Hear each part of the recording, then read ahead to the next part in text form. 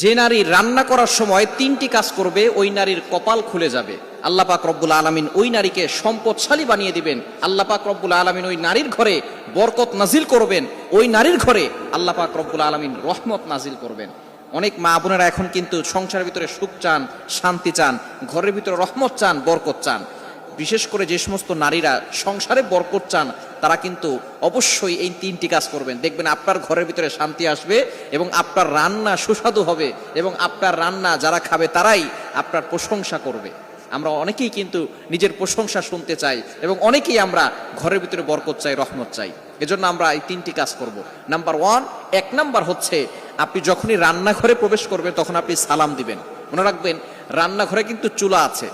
এই চুলা, গ্যাসের চুলা বলেন আর যেই চুলাই বলেন, এই চুলা থাকার কারণে যখন আপনি রাতের বেলা সেখানে থাকেন না, এখানে কিন্তু জিন জাতি থাকার সম্ভাবনা আছে।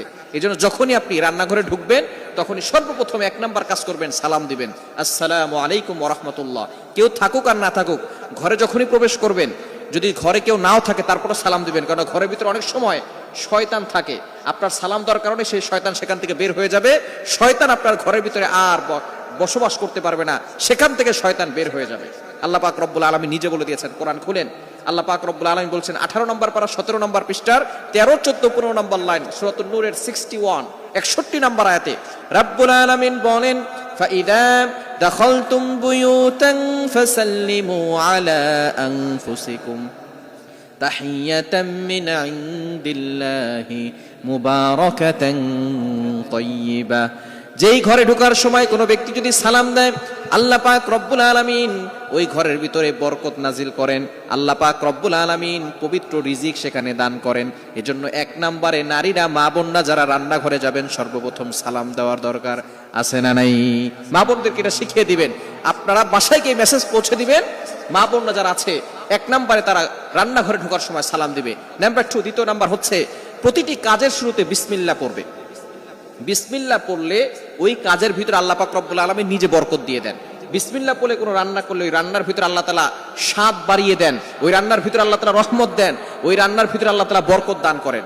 কিন্তু বর্তমান আমাদের সমাজের ম্যাক্সিমাম নারীরা রান্না করার সময় ডিজে গান শুনে, রান্না করার সময় হিন্দি গান শুনে, ইংলিশ গান শুনে, তারা ড্যান্স করে আর রান্না বান্না করে, যার কারণে ঘরের ভিতরে কোনো বরকত থাকে না। খবরদার, গান শুনবেন আর রান্না বান্না করবেন আর চিন্তা করবেন ঘরের ভিতরে বরকত নাই কেন। আপনি যদি বরকত পেতে চান, প্রত্যেকটা কাজের শুরুতে আপনি বিসমিল্লাহ পড়বেন। আপনি চাউল নিচ্ছেন, পড়েন বিসমিল্লাহির রহমানির রহিম। চাউল ধৌত করতেছেন, বলেন বিসমিল্লাহির রহমানির রহিম। মাছ কাটতেছেন, বলেন বিসমিল্লাহির রহমানির রহিম। আপনি গোশত ধৌত করতেছেন, বলেন বিসমিল্লাহির রহমানির রহিম। আপনি যেই কাজটাই করবেন আপনি বিসমিল্লাহ পড়বেন, দেখবেন যেই কাজে বিসমিল্লাহ বলা হয় ওই কাজে বরকত বেশি হয়। এজন্য দ্বিতীয় নাম্বার নারীরা যে কাজটা করবে সেটা হচ্ছে বিসমিল্লাহির রহমানির রহিম। এটা পড়ে তারপরে প্রত্যেকটা কাজ করবে। আল্লাহ তাআলা ওই ঘরের ভিতরে বরকত দিবেন, খাবারে বরকত দিবেন এবং খাবারের স্বাদ আল্লাহ তাআলা বাড়িয়ে দিবেন। 3 নাম্বার কাজ হচ্ছে বেশি বেশি করে দুরূদ শরীফ পাঠ করবেন।